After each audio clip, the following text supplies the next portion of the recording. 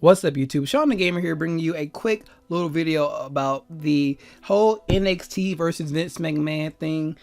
If you don't know what's going on, a few days ago, maybe a week now, an article came out talking about how Vince only sees the NXT brand as a good traveling brand and not as a place where the next WWE champion is going to come from, which is already been proven wrong when you look at Seth Rollins. And I think there's a few other people, or maybe like one or two more people, who came up through NXT to win the title, including Roman Reigns. But I know they have like a different look. But if you look at a Tyler Breeze, who was recently called up to the main roster, he's essentially only been buried since day one. I mean, they tried to give him a small little push. They put him with Summer Rae. He was going against Dolph. They had some good matches. They had a couple of pay-per-view matches as well. But after that, last week or 2 weeks ago now, he was in a squash match pretty much for Kalisto.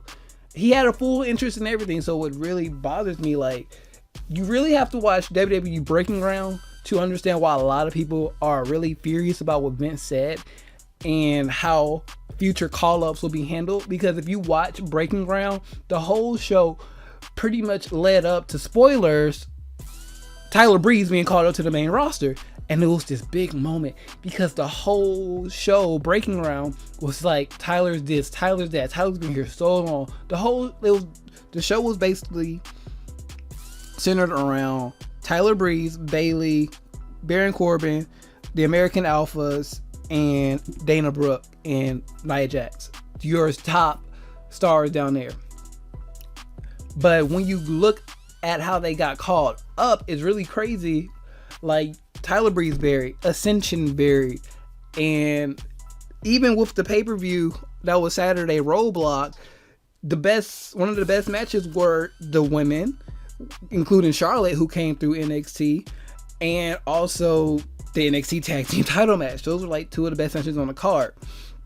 And it's crazy that Vince still thinks that way, because it's like, how can you only see that as I can understand what he's saying. It's really good. NXT is like the best thing they have right now with the talent. They just have fun. They go out there and have fun. They wrestle. They're doing what they want to do. Like, if I was in NXT, I would not want to be called up at this moment. Not with Tyler. Like, you look at Tyler Breeze and you look at the Ascension. Would you really want to get called up?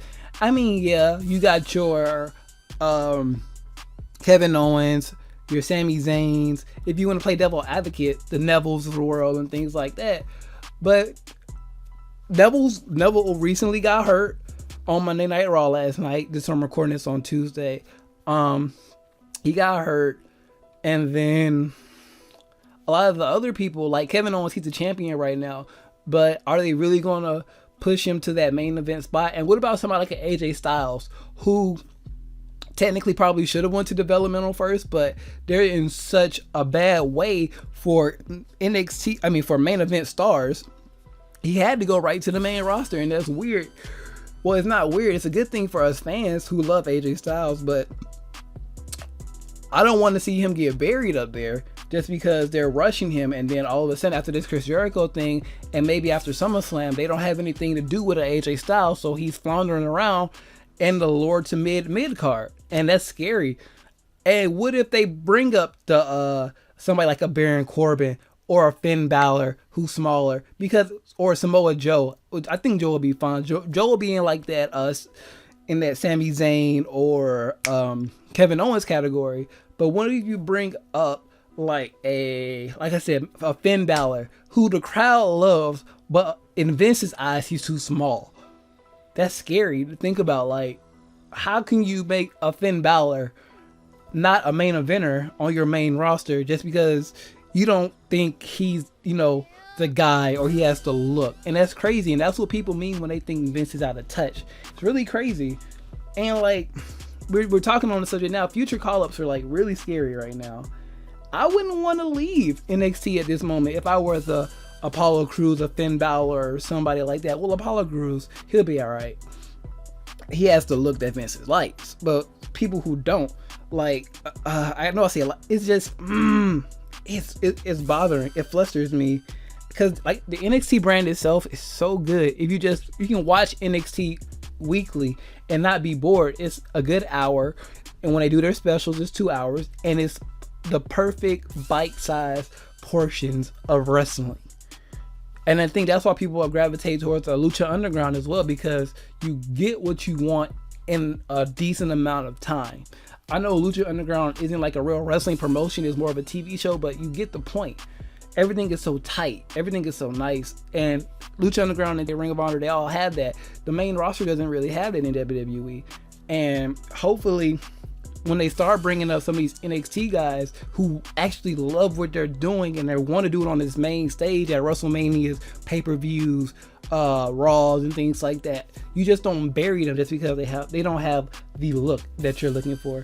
And that's pretty much it. Like I said, this whole Tyler Breeze situation, it has to be a cautionary tale, like people are saying on the internet, for people down in NXT. Like Bayley, what about a Bayley or an Asuka? I know that's a different thing, but if you see the NXT brand as just a traveling thing, how do you Bayley, Asuka, Dana Brooks, Carmella, all those divas down there are so marketable right now for your women's division that so desperately has been needing this this shot that we've been putting in it with this Divas Revolution with Paige. I know she wasn't a part of the actual Revolution.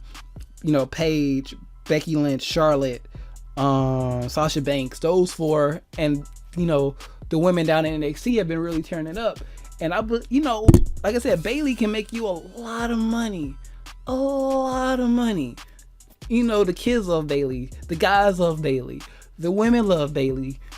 Bayley is your women John Cena right now. Bayley is your new Trish right now, pretty much. When it comes to like marketing, merchandising and stuff like that, somebody who can just put out there, and you can put John Cena and Bayley on a poster together, like John Cena and have Bayley with the NXT or women's title, and it'll sell. People will love it. But that's just a theory. A game theory. I'm just playing. But anyways, guys, if you've enjoyed this topic and you want to leave your thoughts on the topic, comment down below. Share this video out with your friends so they can leave theirs as well, and subscribe if you haven't already. If you want to follow me on anything other than YouTube, Facebook, Instagram, Twitter, and Twitch, all linked in the description below. But I am the average gamer, Shawn, and I am out of here.